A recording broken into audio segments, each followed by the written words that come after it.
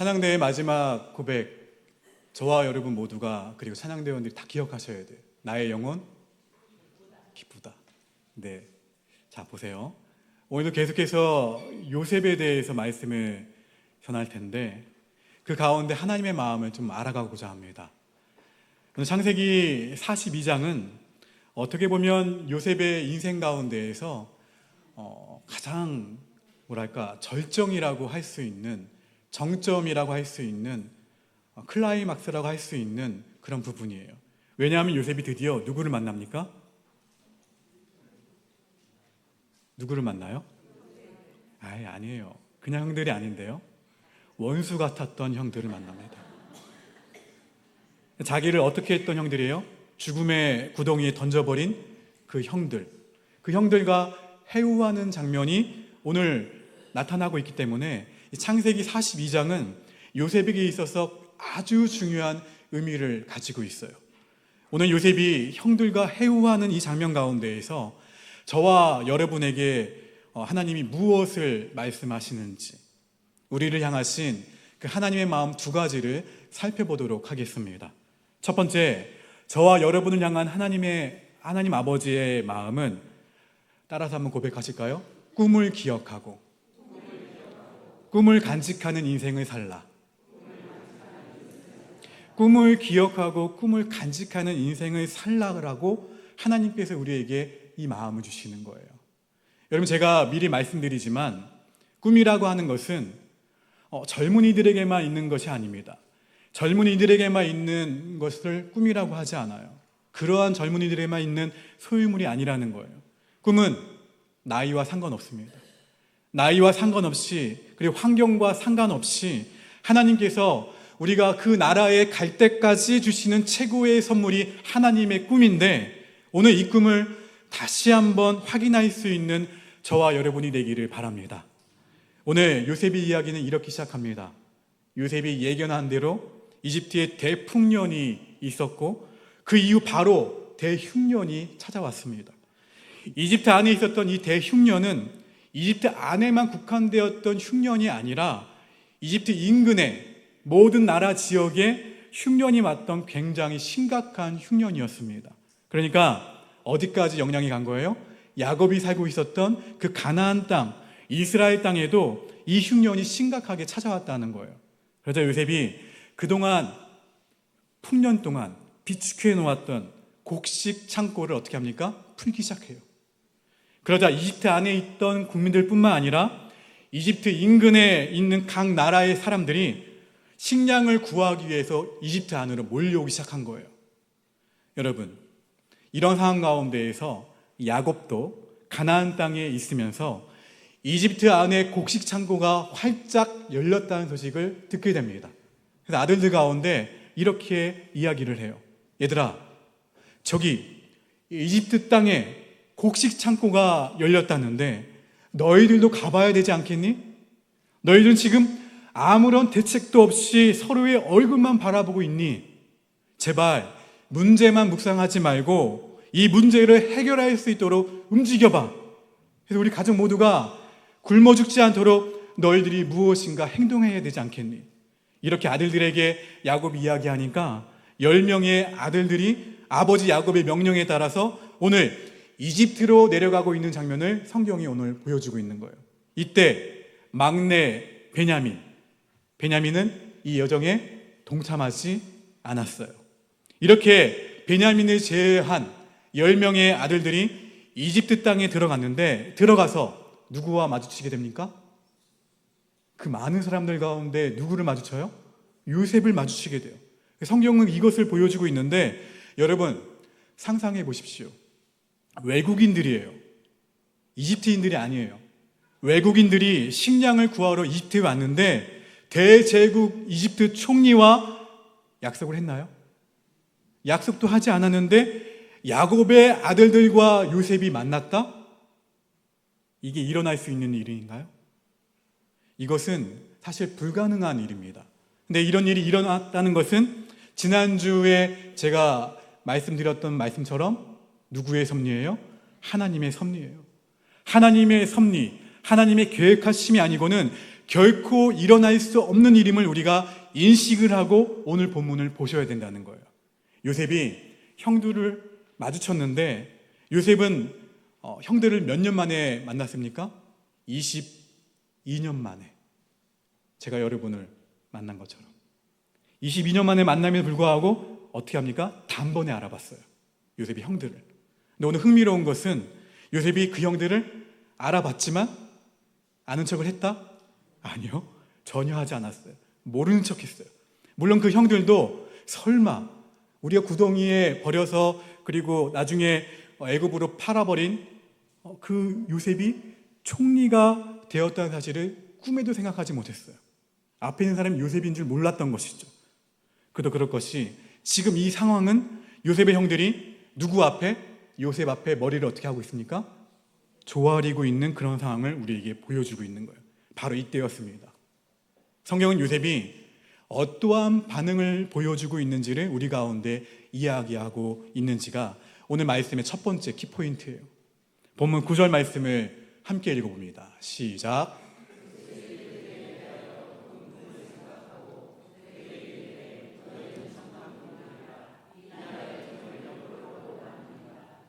요셉이 그들에게 대하여 꾼 무엇을 생각하고? 꿈을 생각하고. 요셉이 그들에게 대하여 꾼 꿈을 생각하고 꿈을 이 순간 생각한 거예요. 형들에 대하여 22년간 꿨던 꿈, 그 꿈을 이 순간 생각하게 되었다는 겁니다. 어떠한 꿈이었나요? 17살 때 22년 전에 하나님께서 요셉에게 주신 꿈, 형들의 곡식단이 내 곡식단에 완전히 엎드려져 절을 하는 바로 그 꿈이 생각나게 되었던 거예요. 그런데 22년 후 그 꿈이 실제로 현실이 되어서 자기 앞에 펼쳐지게 된 거예요. 이 이야기는 우리에게 무엇을 말하고 있는 것인가요? 요셉이 17살 때 하나님으로부터 받았던 그 꿈을 지금 생각하고 있었다는 것은 순간 생각났다는 것이 아니라 22년 동안, 다시 말해서 노예로 팔려서 종살이를 할 때에도, 누명을 뒤집어 쓰고 감옥살이를 할 때에도, 가정을 이루어서 자녀들을 키울 때에도, 이집트의 총리로 일을 할 때에도 요셉은 단 한순간도 하나님으로부터 받은 그 꿈을 잊어버리지 않고 있었다. 그 꿈을 붙잡고 있었다라는 것을 오늘 우리에게 보여주고 있는 거예요. 그러니까 한마디로 말해서 요셉의 인생은 꿈이 붙잡고 온 인생이에요. 하나님이 주신 꿈이 요셉의 인생을 어떻게 한 거예요? 꽉 붙잡은 거예요. 붙잡고 요셉의 인생을 움직이신 거예요. 온갖 시련과 고난과 역경이 있었지만 그럼에도 불구하고 요셉의 인생을 지탱해 주었던 것이 바로 하나님이 주신 꿈이라는 거예요. 그 꿈 때문에 모든 것을 넉넉히 이겨낼 수가 있었다는 거예요. 이런 의미에서 오늘 본문 말씀을 보았을 때 오늘 본문은 우리에게 두 부류의 사람들을 대조하면서 보여주고 있습니다. 한 부류는 요셉이에요. 꿈을 기억하고 간직하고 있었던 요셉. 또 한 부류는 평생토록 꿈 없이 살아온 요셉의 형들을 비교하면서 대조하고 있어요. 여러분, 꿈을 간직하고 살아온 요셉은 삶의 난관들, 국가적인 위기 앞에서 항상 무엇을 제시합니까? 대책을 제시했어요. 대안을 제시했다는 거예요. 그러니까 탁월한 인생을 살아왔던 요셉의 모습을 성경이 보여주고 있습니다. 반대로 전혀 꿈 없이 살아왔던 요셉의 형들은 그 문제 앞에서 무엇을 묵상합니까? 문제만 묵상해요. 늘 누군가 나서겠지. 늘 어떻게 합니까? 제가 무엇을 하고 있어요? 뒷짐만 지고. 무엇을 묵상합니까? 문제만 묵상했던 그 초라하고 답답하고 그러한 인생의 모습을 오늘 보여주고 있는 거예요, 성경은. 그런데 꿈을 간직하고 살아왔던 요셉, 그리고 꿈 없이 살아왔던, 그래서 늘 문제만 묵상했던, 문제 앞에 절망하며 살아왔던, 답답한 인생을 살아왔던 요셉의 형들, 이 두 부류가 어떻게 22년 만에 엄청난 그 격차가 있었는지를 성경이 적나라하게 보여주고 있다는 거예요. 성경은 오늘 본문 가운데에서만 이러한 모습을 보여주고 있는 것이 아닙니다. 성경의 많은 곳곳에서 꿈을 가지고 있는 사람과 그리고 꿈 없이 사는 사람들이 얼마나 삶의 그 격차가 큰지를 성경 곳곳에서 알려주고 있어요. 그 중에 대표적인 내용이 모세의 명령을 받아서 가나안 땅을 정탐했던 12명의 정탐꾼 이야기가 바로 그것을 보여줍니다. 모세의 명령을 받아서 12명이 가나안 땅을 정탐하러 들어갔고 정탐을 마치고 돌아왔는데 똑같은 땅을 보고 돌아왔어요. 근데 10명과 나머지 2명, 그 땅에 대한 보고가 두 부류로 갈립니다. 10명은 어떠한 보고를 했나요? 저 땅은 도저히 우리가 차지하지 못합니다. 엄두를 낼 수가 없어요.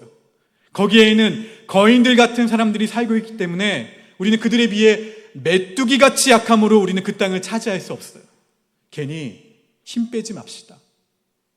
10명의 정탐꾼들이 왜 이렇게 부정적인 보고를 했나요? 다른 게 아니에요. 그 문제를 해결하시는 하나님을 의지하지 않고 거인 같았던 엄청난 사람들, 그 문제에 집중하고 문제를 묵상하다 보니까 그 문제에 압도되어 버렸어요. 심지어는 그 문제를 어떻게 합니까? 과대 포장해요. 사람들에게 두려움을 심어줍니다. 자기들은 무엇과도 같다? 메뚜기에 불과하다. 고백하는 10명의 정탐꾼들의 모습이 나옵니다. 반면에 그 가나안 땅에 대한 꿈을 가지고 있었던 여호수아와 갈렙은 완전 정반대의 보고를 하죠. 무슨 말이냐? 우리가 반드시 그 땅을 정복할 수 있다. 우리가 반드시 이길 수 있다. 우리가 메뚜기가 아니라 오히려 그들은 우리의 무엇이다? 밥이다. 선포하는 것. 그러면서 앞선 10명의 정탐꾼은 어떠한 대안과 어떠한 해결책을 제시하지 않았어요. 문제만 이야기했는데 여호수아와 갈렙은 정탐을 다녀와서 해결책과 대안을 제시합니다. 민수기 14장 8절 말씀 함께 읽어봅니다. 시작.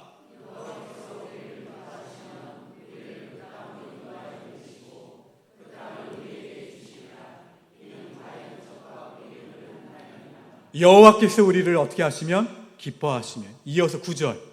다만 여호와를 거역하지는 말라.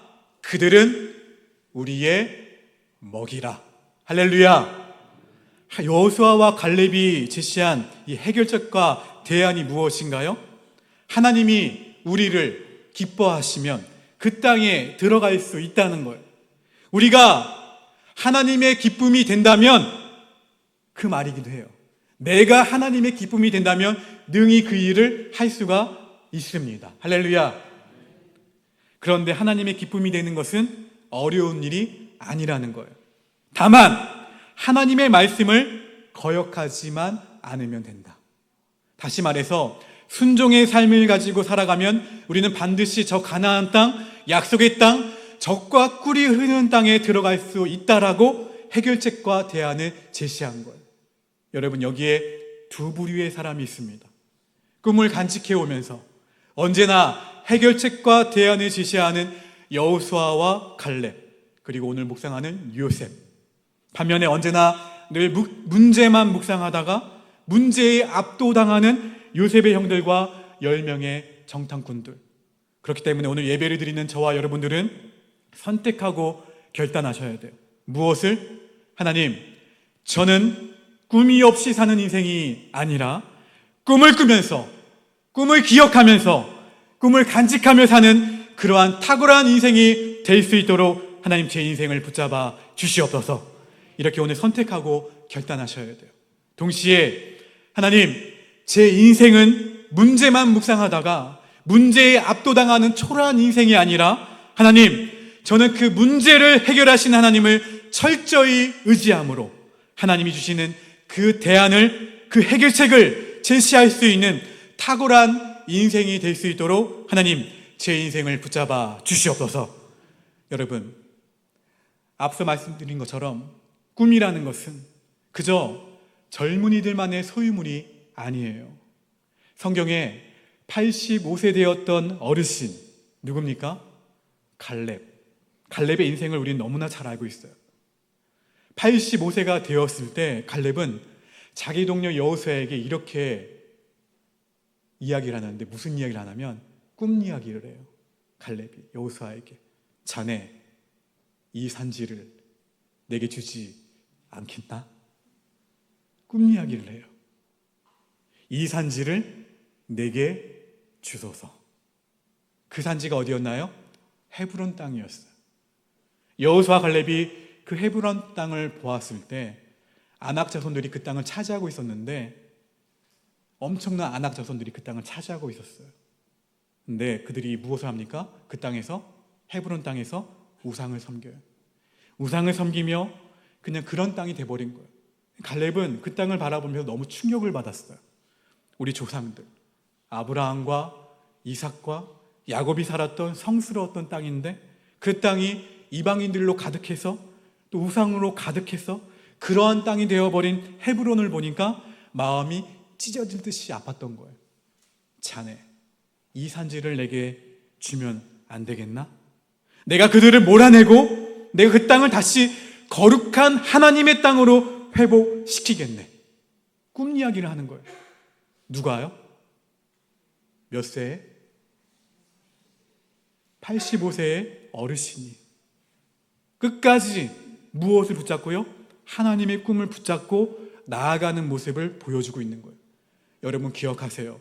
꿈은 젊은이들만의 전유물이 아니라 어디 갈 때까지, 하나님 나라 갈 때까지 모든 성도들이 붙잡아야 될 하나님의 선물인 줄 믿으시길 바랍니다. 그래서 우리 옥포의 영 가족들은 나이와 환경에 상관없이 하나님, 제가 꿈을 꾸고 꿈을 기억하며 꿈을 간직하는 인생 되게 하여 주시고, 특별히 문제만 묵상하다가 문제에 압도당하는 사람이 아니라 언제나 문제를 해결하시는 하나님을 의지함으로 하나님이 나에게 주시는 그 지혜로 세상 가운데, 사람들 가운데, 공동체 가운데 해결책과 대안을 제시할 수 있는 탁월한 인생이 되도록 주님 제 인생 붙잡아 주시옵소서.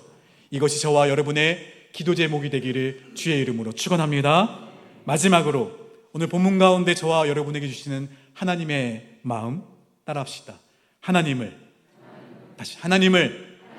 경외하는 사람이 되라. 너희들은 나를 정말 경외하는 사람이 되어야 한다. 하나님이 우리 가운데 오늘 요셉의 본문을 통해서 말씀해 주고 계신 거예요. 왜 하나님을 경외해야 될까요? 여러 가지 이유가 있겠죠. 그 가운데 그 이유를 오늘 본문 가운데서 찾아본다면, 오늘 요셉이 형들을 만났는데 그 형들을 모른 척하니까 오히려 모른 척하는데 어떻게 모른 척합니까? 그냥 모른 척한 것으로 끝난 것이 아니라 형들에게 모질게 대합니다. 거칠게 대해요. 그러면 형들에게 이렇게 말하는 거예요. 당신들 이 이집트의 허점을 찾아내려고, 틈을 노리려고 찾아온 정탐꾼 아니니? 오늘 본문을 보면 3번씩이나 정탐꾼 이야기가 나와요. 그러면서 이 형들을 어디에 가둡니까? 3일 동안 감옥에 가둬버려요. 왜 요셉은 22년 만에 만난 형들을 이렇게 거칠고 모질게 대했을까요? 무엇 때문이었을까요? 꿈을 간직하고 살아왔던 요셉이 왜 이러한 모습을 보였을까요? 여전히 형들에 대한 증오심이 남아있기 때문에 이와 같은 모질게 대하는 모습이 나타난 것일까요?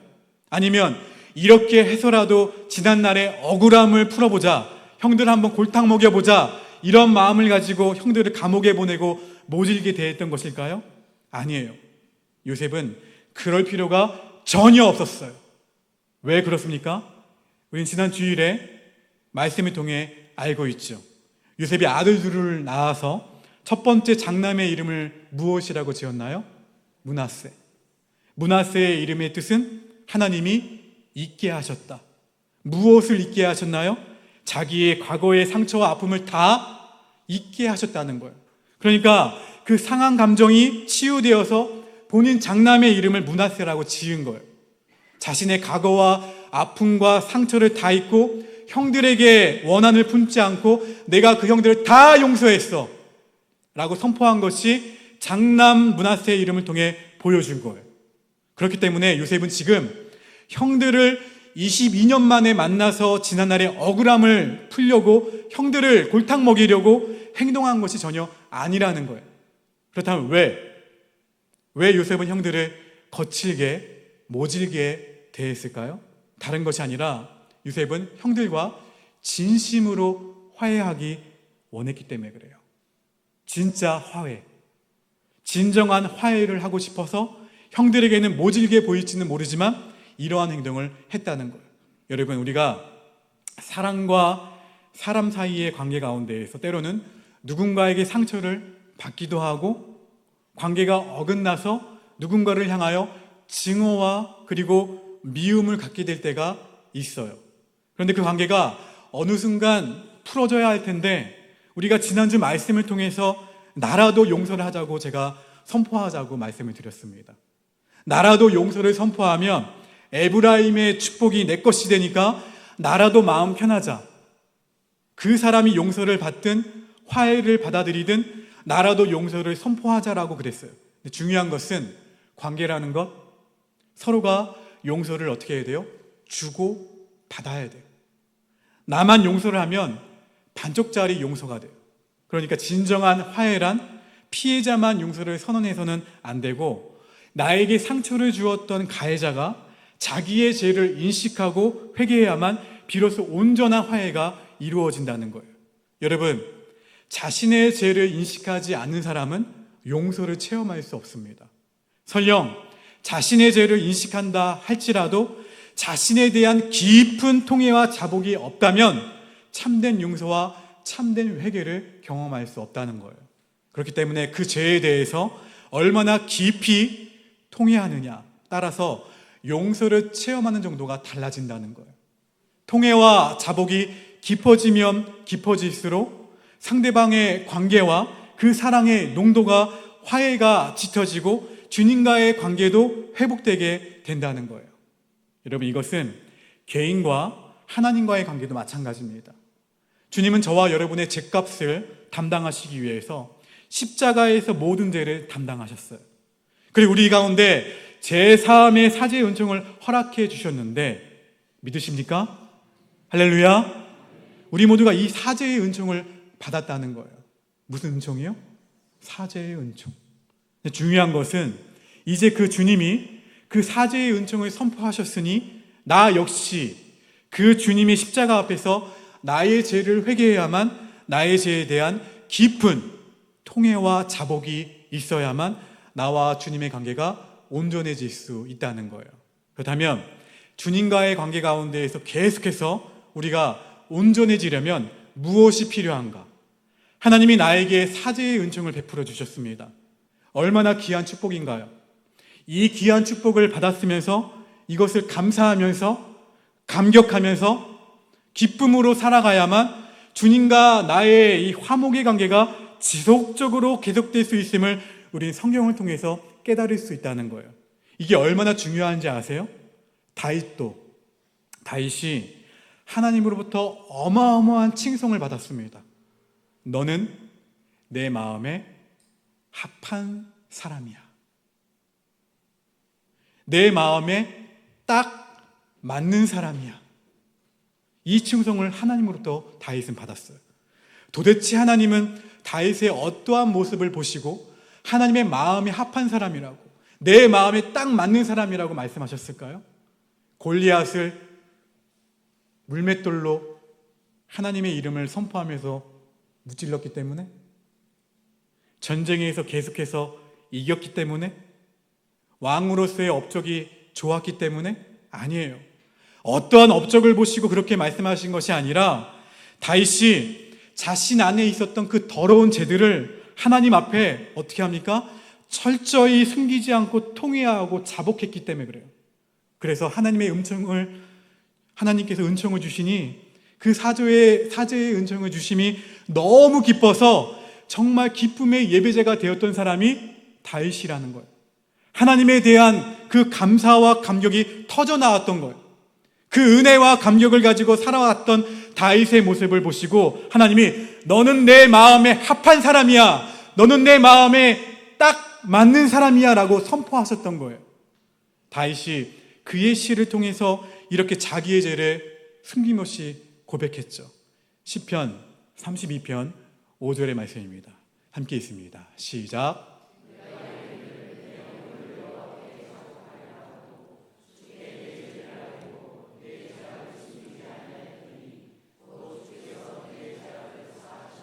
할렐루야. 다윗의 이 고백이 저와 여러분의 고백 아닙니까? 말씀은 띄워주실까요? 그대로. 나도 마찬가지잖아요. 우리도. 나도 내 허물을 누구께 아뢰입니까? 하나님께 아뢰죠. 하나님께 내 죄를 아뢰고 내 죄악을 어떻게 해요? 숨기지 않고 거했더니 하나님께서 어떻게 하셨다고요? 내 죄악을? 할렐루야. 주께서 내 죄악을 사하셨나이다. 이게 다 우리의 고백 아닙니까? 내가 내 죄를 다 하나님께 자복했더니 그 사죄의 은총을 우리가 받은 거예요. 이제 중요한 것은 구원받은 이후에 우리의 삶이 어떻게 살아가야 하는가가 중요하다는 거예요. 다윗은 사죄의 은총을 받았을 때 어떻게 합니까? 이와 같이 반응을 했어요. 자, 시편 32편 11절 말씀 천천히 읽어봅니다. 시작.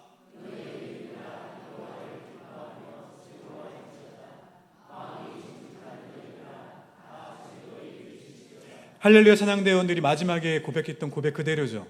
뭐가 나옵니까? 너희 의인들아 여호와를 어떻게 하며? 기뻐하며 즐거워할지어다. 마음이 정직한 너희들아 다 즐거이 어떻게 외칠지어다? 즐거이 외칠지어다. 할렐루야. 맞습니다. 사죄의 은총을 받고 나니까 너무 기쁜 거예요. 감사가 터져나올 수밖에 없는 거예요. 하나님이 이러한 다윗의 모습을 보신 거예요. 여러분, 오늘 저와 여러분 가운데 필요한 것은 내가 하나님 마음에 합한 사람이 되기 위해서는 딱 두 가지라는 거예요. 하나, 내 안에 있는 죄를 누구 앞에서? 하나님 앞에서 숨김없이 낱낱이 통회하고 자복하는 것이 첫 번째입니다. 이때 사죄의 은총을 받을 수 있어요. 두 번째, 그 사죄의 은총을 받았으니 그 사죄의 은총을 받은 것이 너무 기뻐서 어떻게 하는 거예요? 삶의 자리에서 기쁨과 감사와 감격으로 살아가는 거예요. 할렐루야. 그 이후에서 우리가 드리는 주일 예배 몇 주입니까? 1년에? 잘하시네요. 52번의 이 주일 예배는 따라합시다. 매주일이 부활주일이다. 할렐루야. 매주일이 부활의 감격과 기쁨을 누리는 자리가 바로 이 자리라는 거예요. 왜요? 이 주일이라는 의미는 예수님의 부활을 기념하는 날이 주일이에요. 주일은 매주 부활의 기쁨이 터져나오는 자리가 주일입니다. 그러므로 이 주일날 오셔서 여러분 삶 가운데 정말 안타깝고 힘든 어려운 순간이 주중에 있었다 할지라도 주일에 어떻게 하셔야 돼요? 오셔서 하나님의 기쁨으로 무장되고 하나님이 주시는 평강으로 회복되셔서 다시 한번 사명감으로 무장되어 세상 가운데 나아가게 되기를 바랍니다. 꿈을 회복할 수 있는 자리가 바로 이 자리라는 거예요. 주일 예배인 줄 믿습니다. 그러므로 오늘 하나님이 말씀하신 것처럼 우리도 누구처럼? 다윗처럼 같은 사죄의 은총을 받은 사람들이 저와 여러분들이에요. 다윗은 그 사죄의 은총을 받고 어떻게 합니까? 어떻게 해요? 기뻐 뛰며 춤을 추며 하나님을 찬양하며 감격하며 감동 가운데 살아갔던 사람이 삶의 예배자가 다윗이었어요. 늘 상 가운데에서 감사가 넘쳐났어요. 근데 우리는 다윗이 받은 그 사죄의 은총을 똑같이 받은 사람들입니다. 근데 옆 사람 보십시오. 얼마나 심각한가요? 우리의 신앙생활은 너무 심각해요. 사죄의 은총을 받은 우리 가운데 정말로 식어지지 않아야 될 것이 무엇인가? 내가 하나님의 은총에 대한 감사와 감격이 단 한순간도 내가 느끼는 감정과 나의 환경과 상관없이 단 한순간도 식어지지 않는 그 기쁨의 인생 살아갈 수 있도록 붙잡아 주시옵소서. 이것이 우리 가운데 있어야 돼요.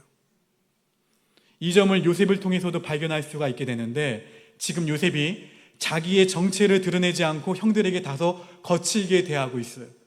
근데 그거 역시 형들이 자기의 죄를 인식했으면 좋겠다. 그래서 하나님 앞에 자신들의 죄를 통회하고 자복했으면 좋겠다. 이런 마음이 요셉 가운데 있었던 거예요. 결국에는 형들이 3일 동안 감옥에 들어갔죠. 형들의 입장에서는 얼마나 충격이었을까요?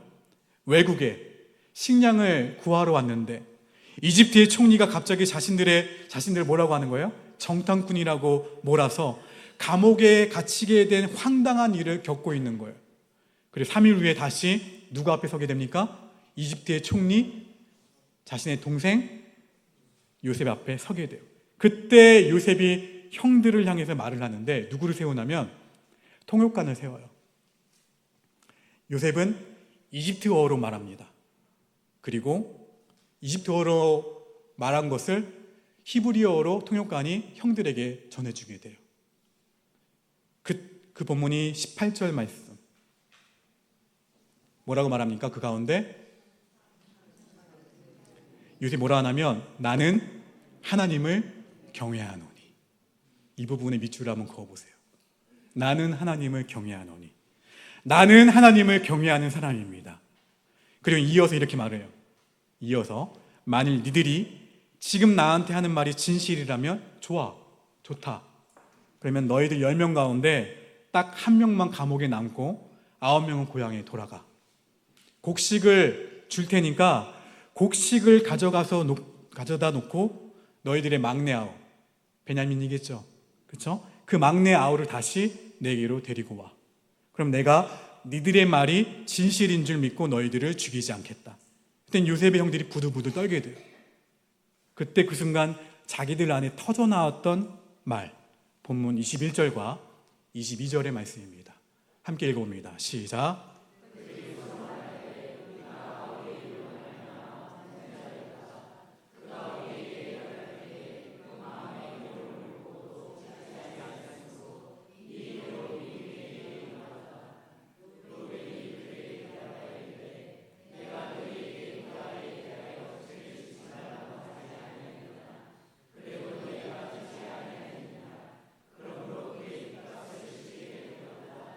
뭐라고 말해요? 아우의 일로 말미암아 범죄하였도다. 그가 우리에게 애걸할 때 그 마음의 괴로움을 보고도 듣지 아니하였다. 이 괴로움이 우리에게 임하였다. 내가 그 아이에 대해 죄를 짓지 말라고 하지 않았냐? 너희가 듣지 않았다. 그러므로 그의 핏값을 치르게 되었다. 드디어 형들의 입에서 뭐라고 고백이 된 거예요? 우리가 범죄했다. 우리가 죄를 지었다. 그 죄값을 치르고 있다. 죄를 인정하는 고백이 터져나오게 된 거예요. 이 말을 누구 앞에서 한 겁니까? 요셉이 앞에서 했죠. 왜 했을까요? 당연히 이집트 총리가 히브리어를 모를 거라 생각을 하고 이야기를 한 거예요. 요셉이 보는 앞에서 자기들끼리 말한 거예요. 이집트의 총리는 자신의 히브리어를 알아듣지 못한다고 생각하고 자신들의 죄를 서로 고백한 거예요. 여러분, 이 고백을 들은 요셉의 마음이 어땠을까요? 드디어 형들이 자신들의 죄를 고백하기 시작합니다.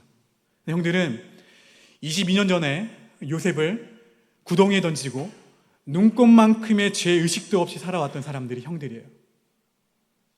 구덩이에 던지고 그 위에서 무엇을 먹었다고 했죠? 요셉이 쌓았던 도시락을 까먹었어요. 그 정도로 죄의식이 없었던 사람이에요. 갑자기 본인들의 죄를 지었다고 죄를 인정하는 모습이 나오고 있는 거예요. 성경은 이렇게 된 그 단서를 하나 우리에게 주고 있는데 요셉이 형들 앞에 선언한 고백이에요.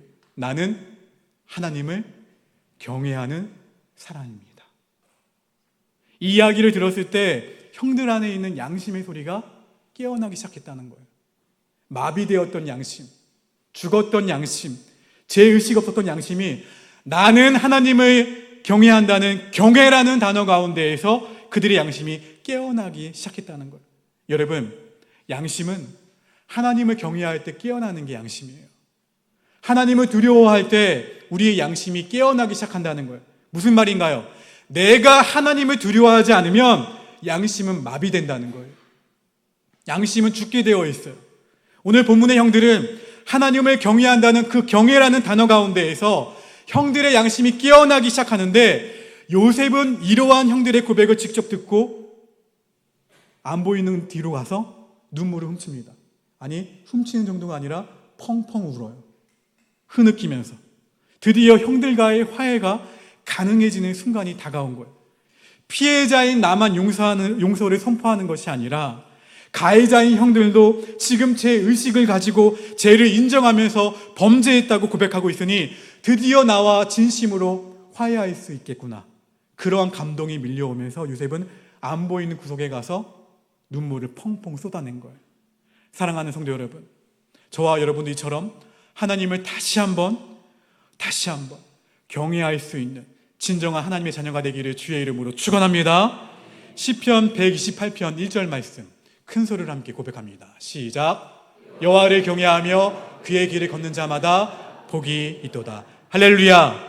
하나님을 경외해야만 양심이 깨어나고, 양심이 깨어나니 죄를 고백하고, 그리고 회개하니 하나님으로부터 사죄의 은총을 받게 되니 이것만큼 큰 복이 있겠습니까? 여러분, 저는 바라기를 오늘 저와 여러분들이 이 고백을 하나님께 드려지게 되기를 바랍니다. 따라합시다. 하나님, 저도 요셉처럼 저는 하나님을 경외하는 사람입니다. 어떤 환경 가운데에도, 어떤 시간 가운데에도 저는 하나님을 경외하는 사람입니다. 할렐루야.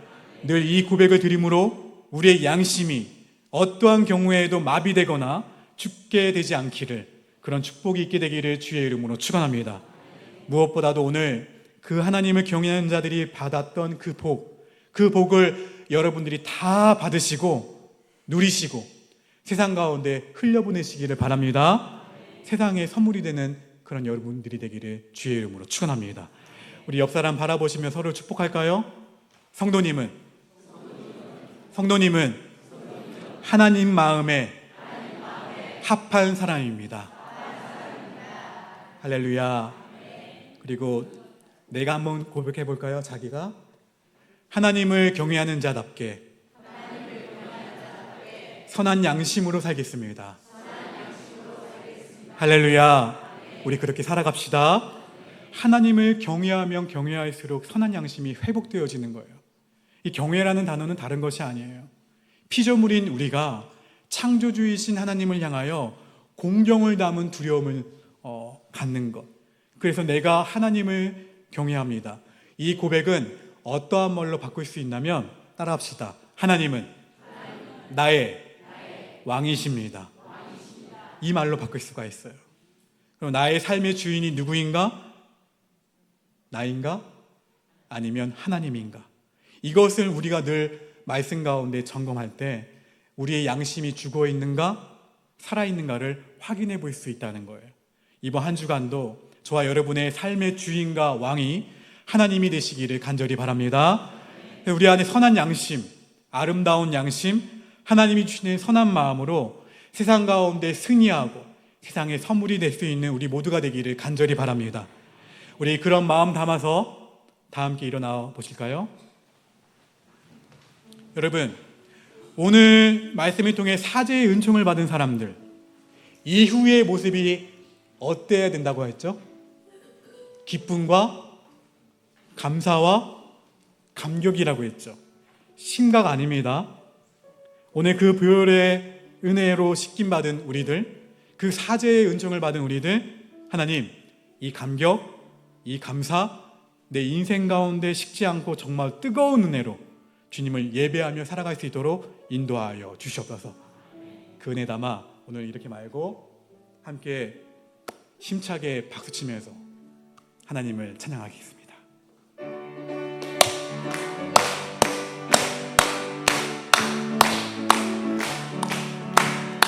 우리 세상의 두 손을 가슴에 얹겠습니다. 하나님 아버지, 2025년 2개월 동안도 하나님의 손으로 우리를 붙드시고 인도해 주셔서 너무나도 감사를 드립니다. 이제 새로운 3월을 향해 나아갑니다. 특별히 새봄, 새학기를 맞이하며 다시금 우리의 삶과 가정과 일터와 교회를 향한 부흥의 꿈을 꾸기를 원합니다. 혹시라도 나이 때문에, 환경 때문에 그 꿈이 실종되지 않게 하여 주시고, 요셉처럼 꿈을 기억하며 꿈을 간직하며 사는 복된 인생이 되게 하여 주시옵소서. 그리하여 우리 장년 세대들에게는 인생의 전성기를 열어주시고, 우리 자녀 세대들에게는 요셉처럼 세상의 대안이 되는 탁월한 인생이 되게 하여 주시옵소서. 하룻밤도 꿈없이 잠을 자지 않게 하시고, 하루아침도 꿈없이 깨지 않는 설레는 가슴을 우리 가운데 허락하여 주시옵소서. 특별히 이 시간 내 안에 있는 죄를 하나님께 승림없이 내어놓고 통회하고 자복하기를 원합니다. 주님, 우리들의 죄를 사하여 주시옵소서. 하나님을 경외하는 자들로 어떠한 상황 속에서도 양심이 마비되지 않을 수 있도록 선한 양심으로 무장되게 하여 주시기를 원하오며, 사죄의 은총을 받은 자로서 그 은혜에 대한 감사와 기쁨과 감격으로 살게 하여 주시옵소서. 사랑하는 우리 교우들을, 우리 옥복교회 성도들을 나사렛 예수 그리스도의 이름으로 한 주간 삶으로 파송합니다. 주님, 넉넉히 승리할 수 있도록 이들이 십자가 복음을 붙들며 나아갈 때, 주님을 늘 바라볼 때 그 승리를 맛보게 하여 주시옵소서.